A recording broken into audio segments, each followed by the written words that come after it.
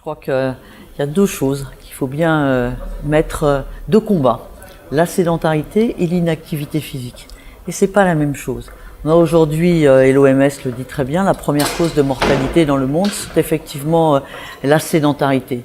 Mais vous pouvez avoir une activité physique régulière, et 45% des Français disent qu'ils ont une activité physique régulière, sportive par exemple, et être un sédentaire parce que vous passez plus de 8 heures par jour assis à votre bureau ou devant votre écran quand vous rentrez chez vous. Donc il y a besoin à la fois de travailler sur la lutte contre la sédentarité et d'augmenter l'activité physique. Ce sont des politiques publiques qui d'ailleurs ne sont pas tout à fait les mêmes, qui s'adressent pas de la même façon.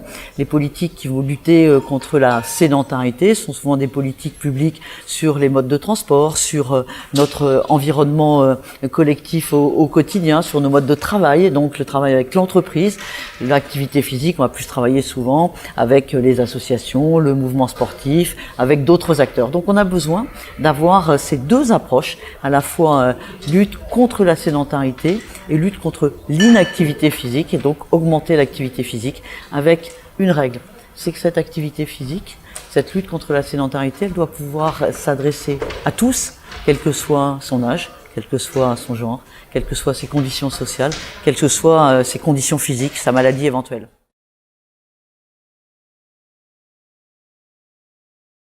Ça fait des années maintenant que la Haute Autorité de Santé, dès 2011, disait qu'en France, il n'y avait pas assez de place pour les thérapeutiques non médicamenteuses. Ça fait des années que l'on cumule les résultats d'études scientifiques nationales, internationales, qui nous montrent qu'une activité physique adaptée, régulière, inscrite dans la durée, permet de réduire les risques, soit de mortalité, soit de récidive, soit les effets secondaires d'un certain nombre de pathologies parmi les plus sévères, comme le cancer du sein, comme le cancer du côlon, comme le cancer de la prostate, comme un certain nombre de pathologies endocriniennes comme le diabète, etc. Donc on a une multitude de références scientifiques. Et pourtant, aujourd'hui, dans nos parcours de soins, nous avions que des thérapeutiques, on va dire, médicamenteuses, classiques.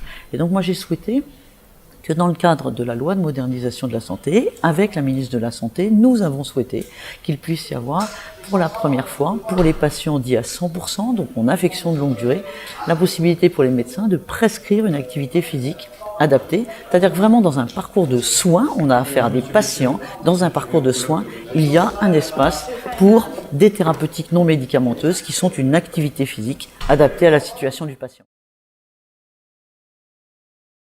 On voit bien effectivement que c'est une approche qui doit impérativement être globale, parce qu'aujourd'hui on n'a pas, en fonction de sa situation sociale, en fonction si on a été ouvrier sur le plan professionnel, si on a été cadre, on n'a pas les mêmes perspectives de durée de vie, on n'a pas les mêmes conditions de vie quand on vieillit, on n'a pas la même dépendance éventuellement, et donc on a aujourd'hui vraiment une nécessité de prendre en compte l'ensemble de la dimension de la santé. C'est bien pour ça que nous avions souhaité mettre en place des réseaux sport, santé, bien-être. La santé, c'est aussi un équilibre personnel dans un environnement collectif. Cet environnement, il est à la fois notre environnement climatique, il est aussi notre environnement social, notre environnement professionnel, et c'est pas simplement la relation que l'on pourrait avoir aux médicaments pour améliorer sa santé. Je crois que sur ce registre, la place et l'approche plus globale de la santé est chez nous. Enfin, on pousse des portes, elles ont été longues à pousser.